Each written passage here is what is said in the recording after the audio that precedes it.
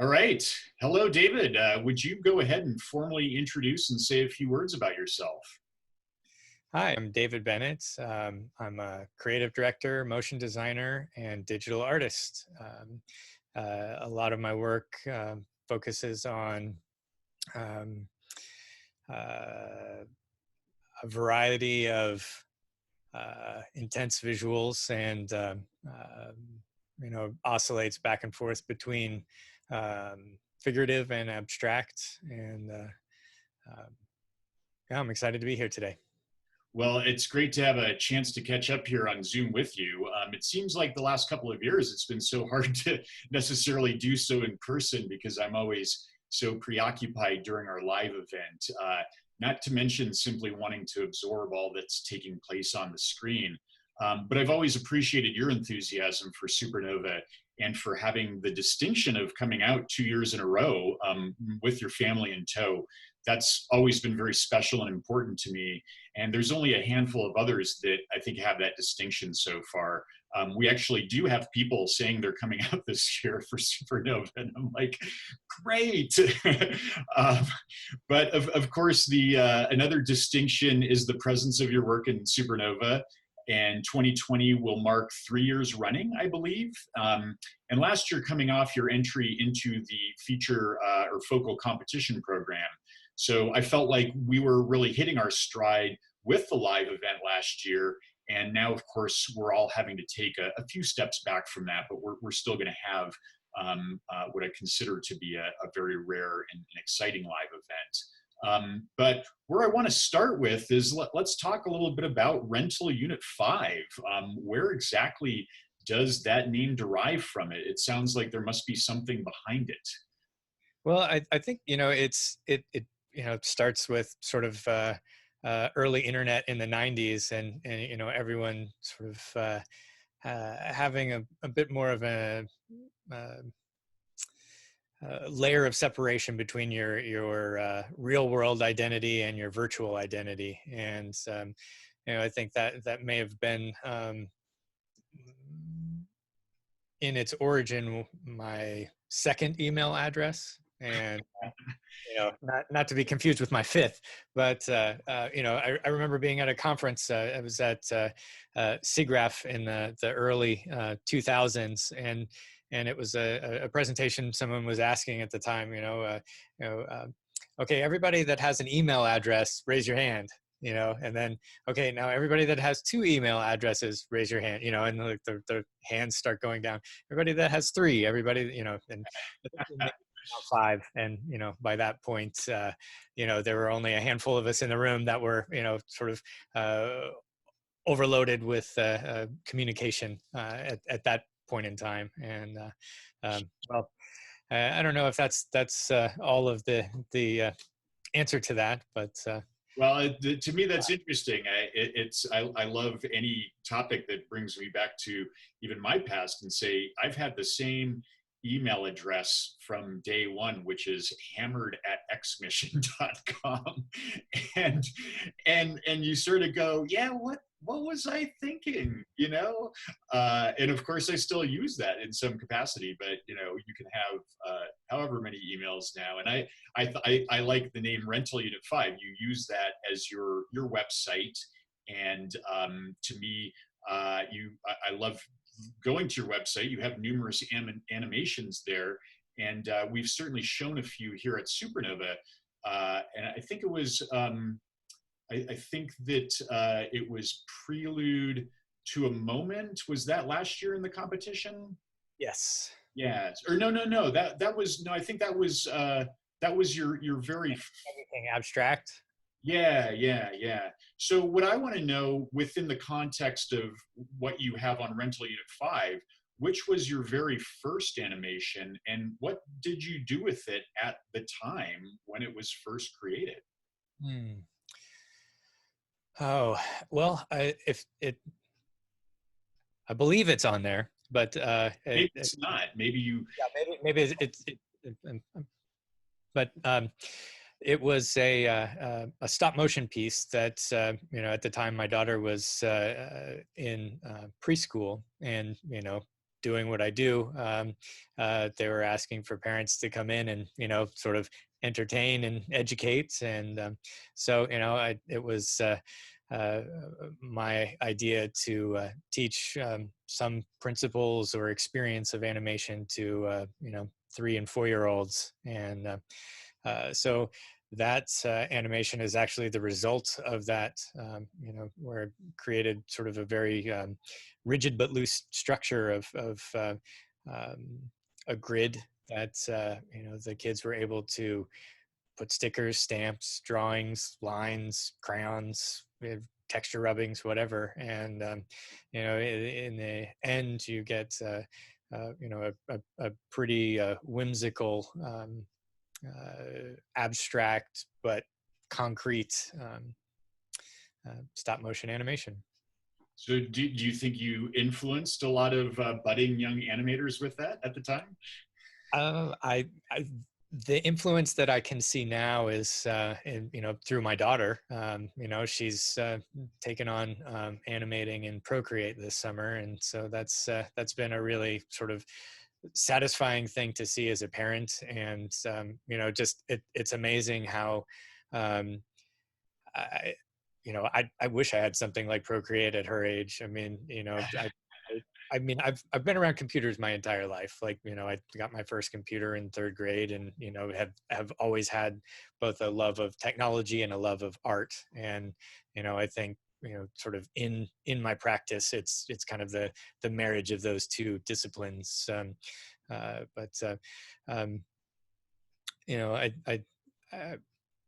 I can't speak to the other kids in the class, but definitely, in my immediate bubble, Sure. the is there. Well, that's awesome. I've always said that this is a great medium because the next generation are the digital natives, and everything we do, I think, flows into this idea that we're riding a wave that's only going to grow and be really phenomenal. But this is the first year at Supernova we're introducing a local group here called Digistars, and I think that it's going to be a program with some works by kids of a very young age, and it's awesome just to even have that opportunity to feature that in our live presentation. So Amazing. that's something that I think you'll appreciate. So out of the works that I see or anybody can see on your website right now, do you happen to have a favorite or a couple that just have an extra special resonance with you? Well, that's interesting. I mean, I do think, like, on the website, like, that's a place where the more refined works live. And it I think it's hard for me to pick a favorite per se. I think they all are, a milestone of some form or another. Like, whether it's a new insight or kind of a more complete coming together of the elements that I was working with. It's I think in my practice, I like, randomness and chance and sort of the generative, uh, like, maybe the not quite hands-on, not quite hands-off, like, helping create like the perfect circumstance for something to happen that, I may influence, but not necessarily dictate the entirety of. And, those um, uh, fortuitous accidents are, always a delight. And, sometimes there's enough of them that can come together and make a good, complete, formal piece. And other times, like, those things are great motion sketches that, like, that's what Instagram is for me. Just a place to sort of animate uh, maybe a little more freely or a little less with less of a critical concern. So you might throw things on Instagram that are just, would you say sketches or thoughts? Yeah, And absolutely. Sketches is a good way to put it. You know, I think, I, a part of my time, is spent pursuing an income, and then uh, so then that takes away a good bulk of my free time, along with you know uh, my role as a husband, my role as a father, and then the time outside of that is not kind of 10-hour marathon stretches,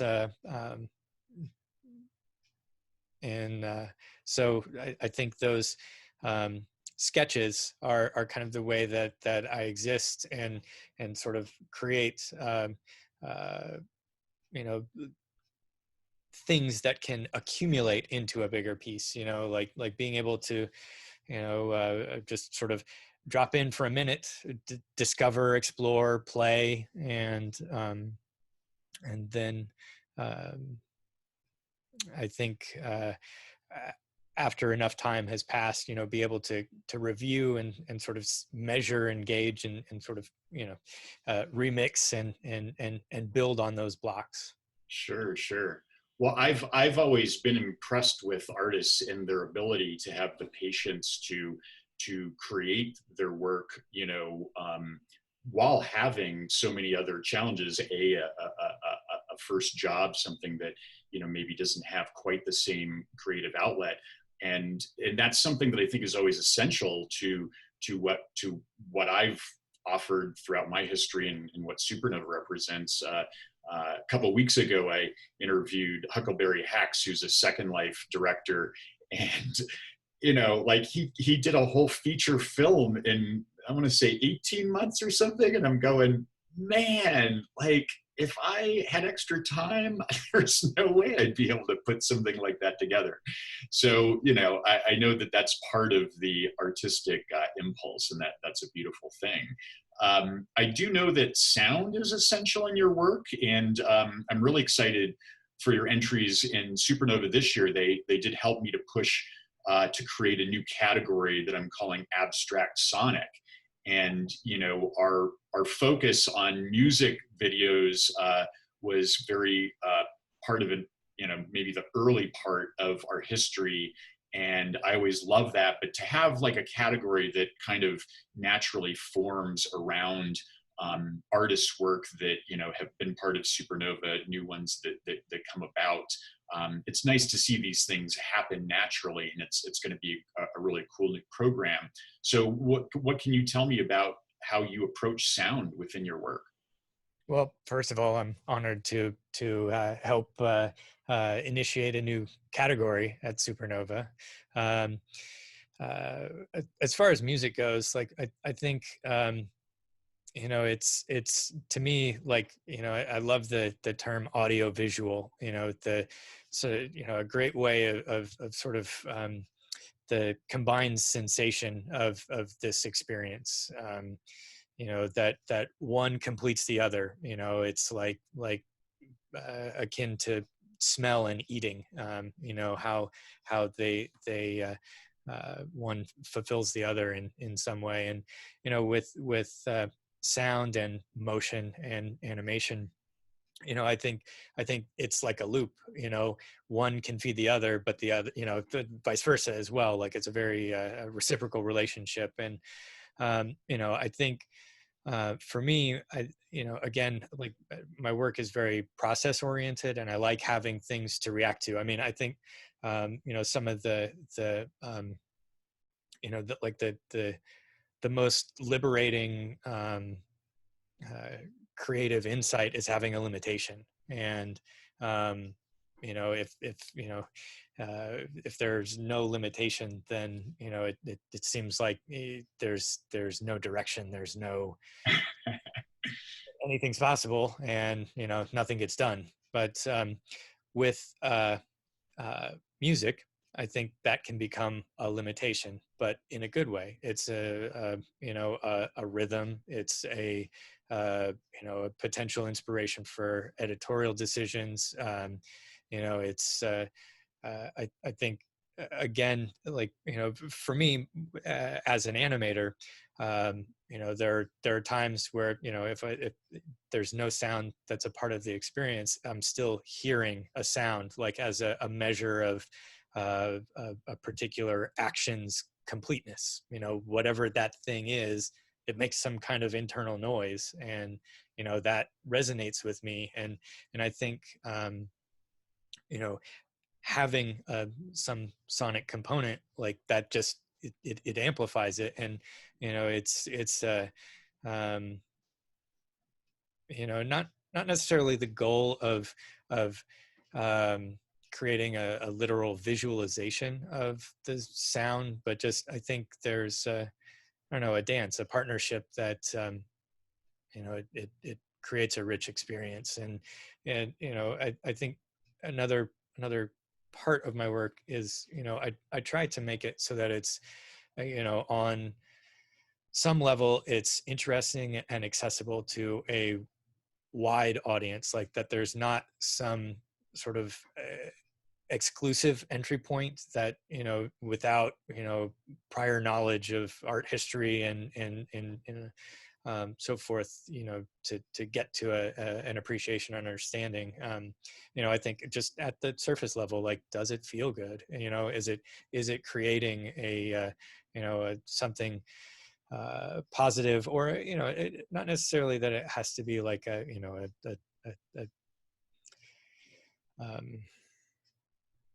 feel good in the feel good sort of sense, but that it's enjoyable. And like music does that, it's an invitation, I think, in a way where it might be a more challenging visual, but again, like it's another way of drawing the viewer in. Sure. Well, I love hearing that, because um, running something like Supernova and really trying to explore what I would consider a boundless sphere of animation.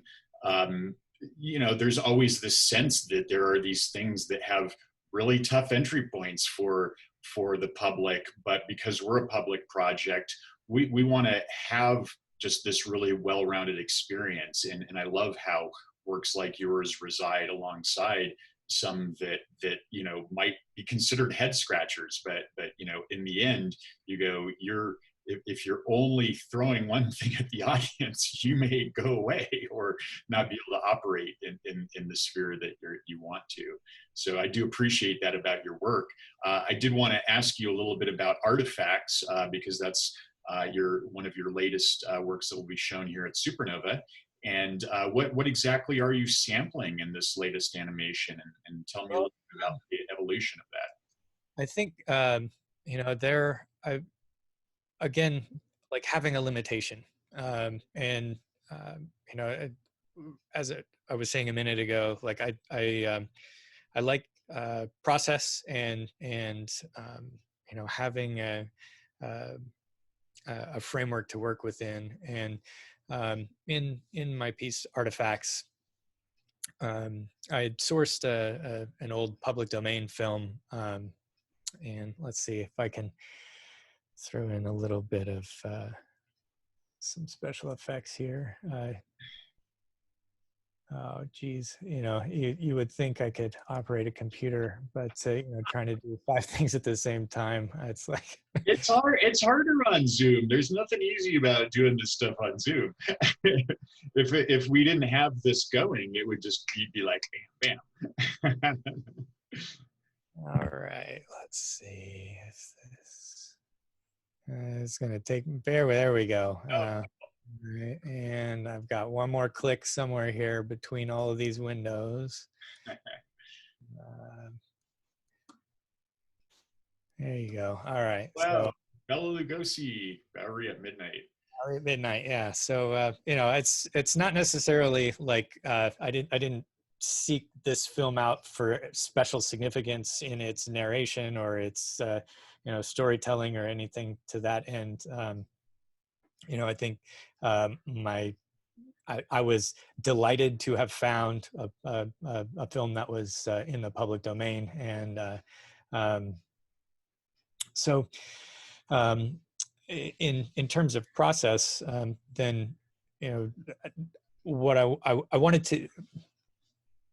to use images that I wasn't controlling and then be able to control them. And in the first step, then I used an automated script to go through and detect every edit within the film, and then had that as raw source material. But then, taking that and let's see here.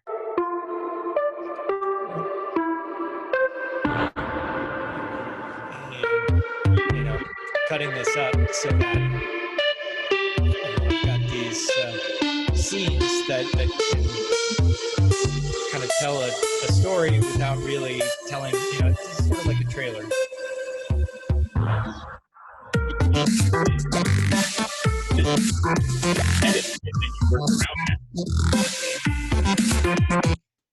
So, from there, I think then, my process is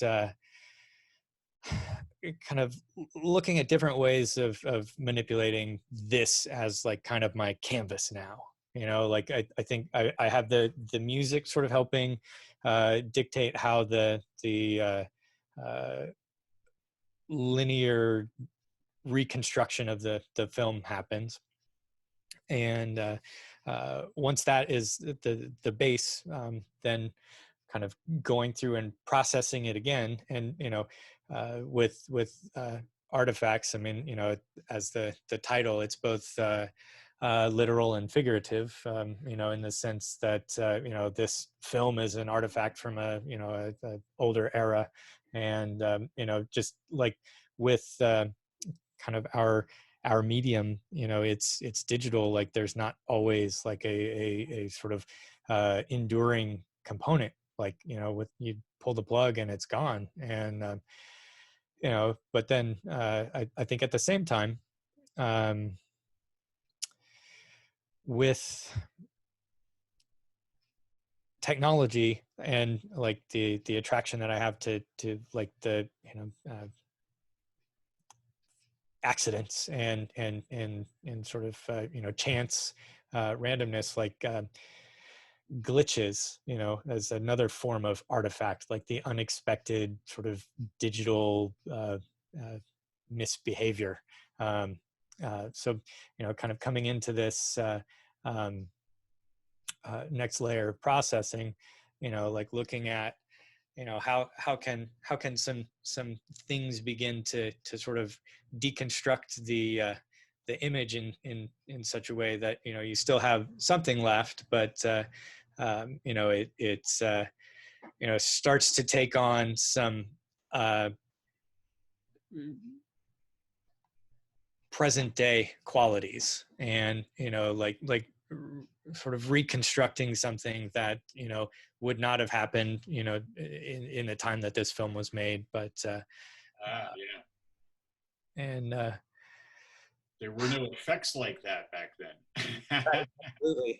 I mean, it would have been a great accident that I love that like each frame looks like it's a painting of sorts, and you go, that's what technology has done, is it's allowed artists to now create painting in a different way. And then that goes further when it comes to how that plays into experimental film and animation, which is what I would consider your works to be, experimental animations. Well, and I think with that, like using this sort of literal deconstruction of the film from the 40s and pulling it forward into the present day, like I'm attracted to abstraction, and so that kind of became the next layer in the mix, bringing in, things that are a little bit more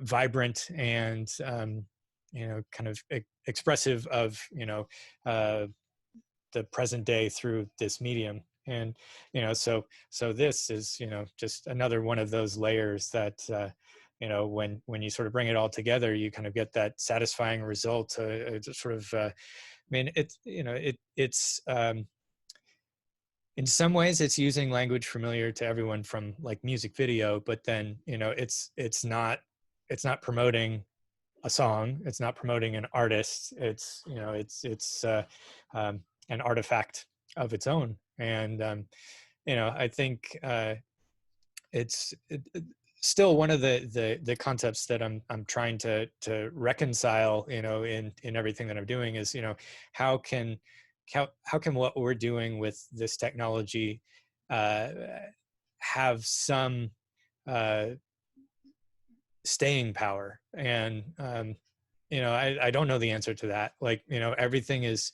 uh, uh, so saturated, with kind of disposable qualities. Like, it's, you look at an image for a second and move on, and that's, spending a long time, like, and, I think I'll chase that forever, like trying to find the answer to that. I certainly don't feel like I have found it. Like I ask that same question of like a painting in a museum, and, looking at my own level of patience, it's like, uh, there in Denver, the last time that I was there, we, I enjoy bringing my family, and they enjoy going. And, so it's always like this, complete art experience, going to Supernova, both through the festival and the, the great museums around. And, the last time they were there, we enjoyed, going to the Clifford Still Museum. And, Sure. like just thinking of how that space, it just kind of gives you, uh, this great reveal to all of these paintings that, if you were to look at that like on Instagram, like people would just flick flick flick, past it in a second. But, like sort of slowing down and, being able to appreciate and absorb an image, I think is um, it's a rarity these days. And, it's a, maybe a luxury at times.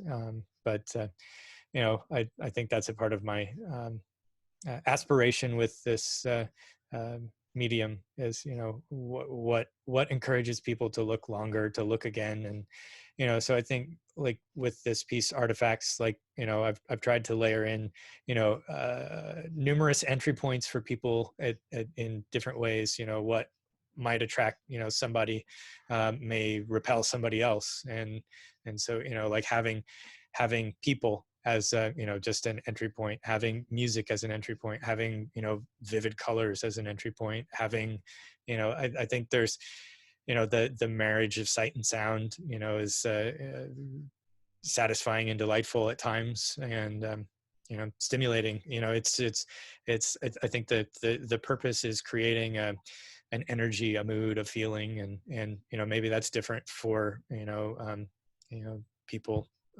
But in sort of the broad sense, like it's uh,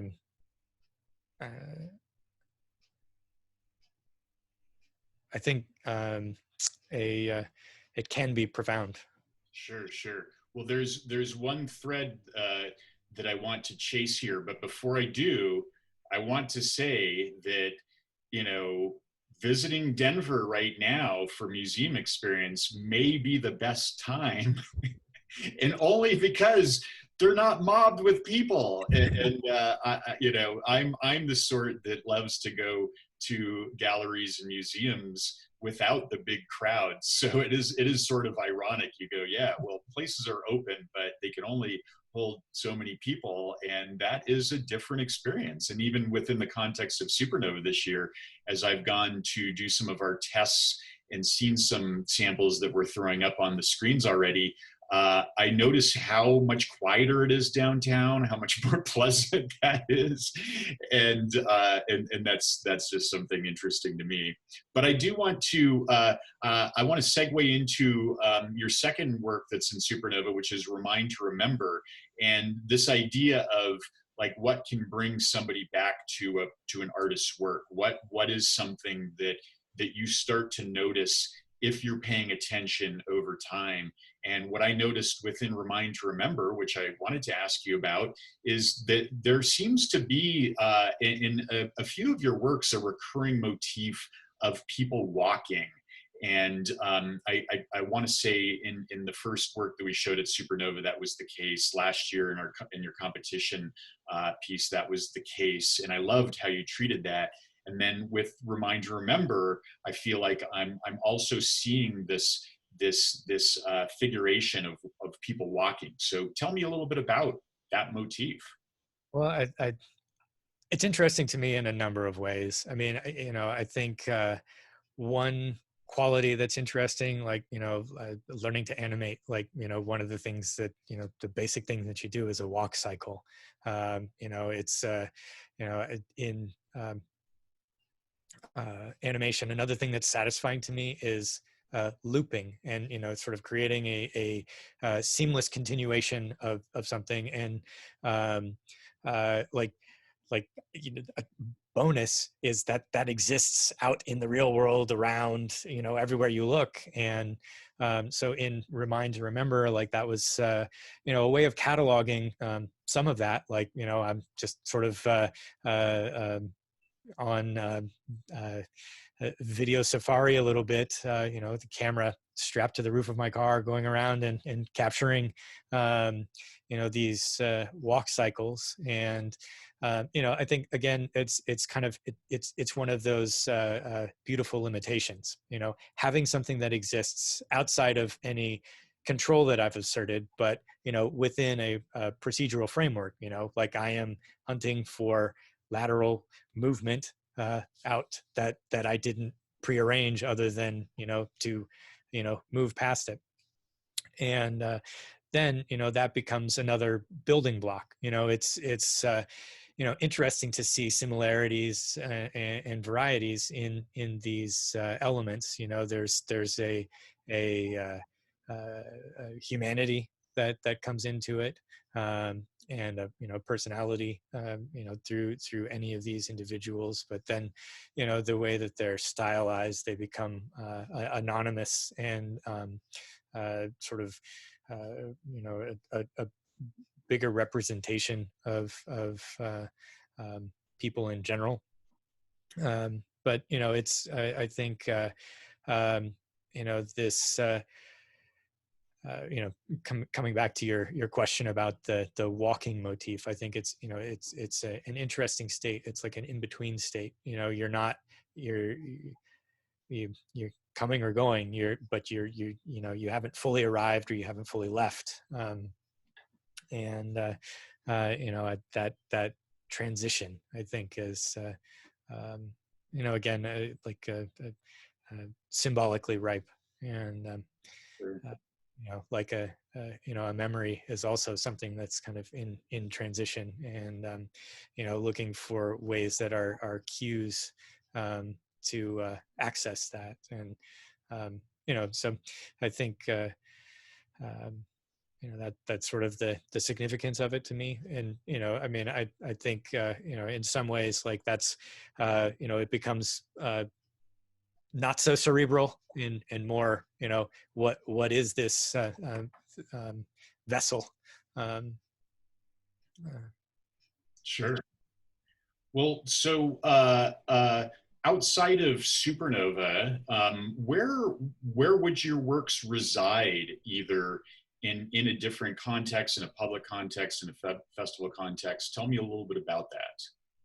Well, up until COVID, I had been showing regularly at a gallery that has since had to close in Austin, the Generative Art Project. A great space that supported and supports this um, art. And I think again, festivals have been a place where my work can be seen out in public. You know, the I'm this year in particular, I've been a bit more I don't know, sort of internal, with work, and I think it more like sort of recharging, and trying to gear up for that next next level. Next step, yeah. Um, and I think aside from that, like I think that the easiest space are all of the online platforms. I think most active on Instagram, and then there's Tumblr and Vimeo, and my website's kind of just the portal to all of that. Sure. I've been trying to figure out if there's a place for me on Twitch. It's I don't know. I think there, with sort of the sort of Zoom experience, like Twitch feels a little more natural, and I think but it's still like I kind of feel a little awkward in the live moment. But I don't know. I mean, it's still I think there's satisfaction to be had there, in whether anybody is tuned in or not, like just the I don't know, formal, like it's live. Sure. Yeah. It's very interesting, because we have been grappling with all sorts of concepts with marketing, with just streaming, with our online presence. And I know last year we landed on introducing our Supernova streaming service, which we talked a little bit before this interview started about just how that was developed before COVID, and that it's something that I think really does rock the boat a little bit, particularly now, as a way to house multiple levels of an experience, being able to add to it. And then just for me, the important part is the curation aspect, and saying there's so many different platforms out there. Where do who to turn to, which to turn to next, why one goes away, why one stays, or even in the case of Vimeo, Vimeo has always been around, and I love Vimeo. It seems to do everything, but it's still like too expansive, and you just go as the medium and our niche expands, I think that we're a great entry point for something that can service a very wide population, and do it in a manner that stems from the festival, but maybe can keep the interest going across time. Yeah, no doubt about it. I mean, I think getting a taste of the Supernova app last year, and through to today, it's I think a great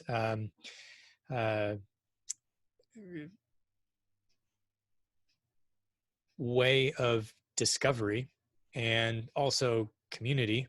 I think for me, one of the things that I enjoy about Supernova is the connection to artists that I may have no exposure to, but I think the opportunity to connect with people in person, to have developed a connection with you, and the group of artists who are in this space, I think has been very rewarding to me, and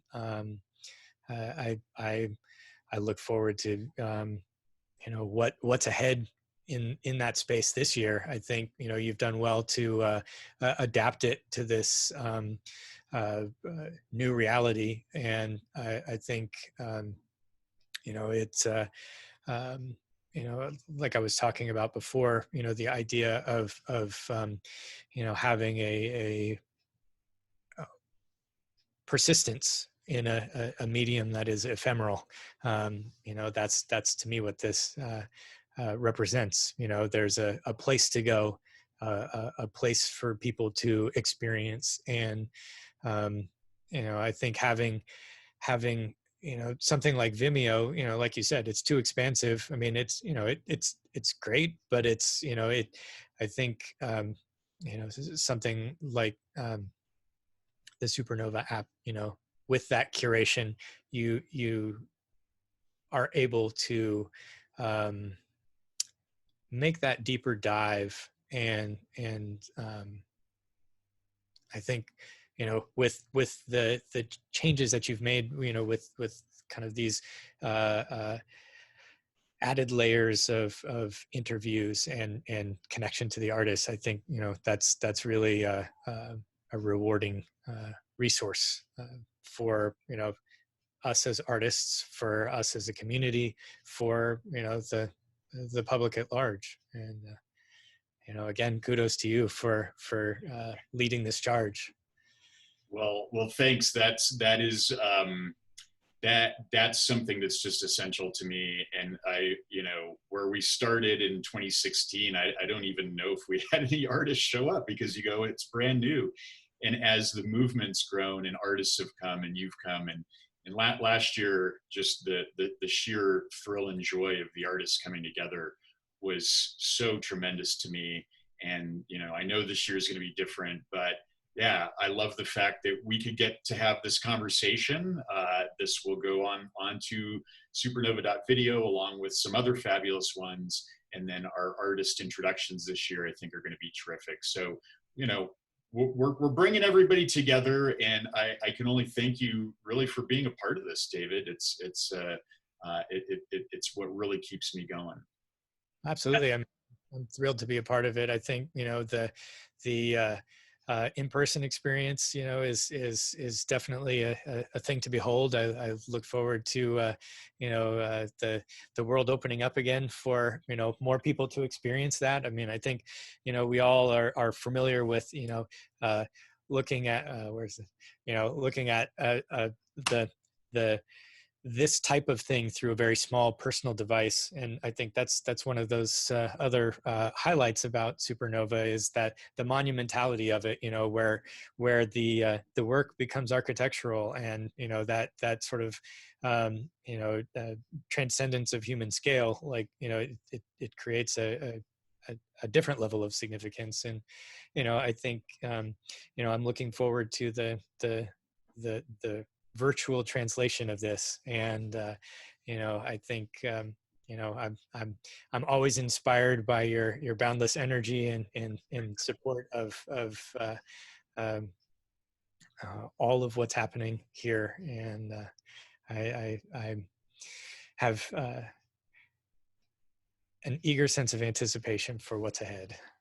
All right. Well, thanks, David. I really appreciate that, because it does mean so much to me, and I appreciate your involvement, and I love your work. So thanks for doing this, and I hope to see you next year, or whenever you can make it back. And please give your family big hugs from me, because I can't hug anybody but my family.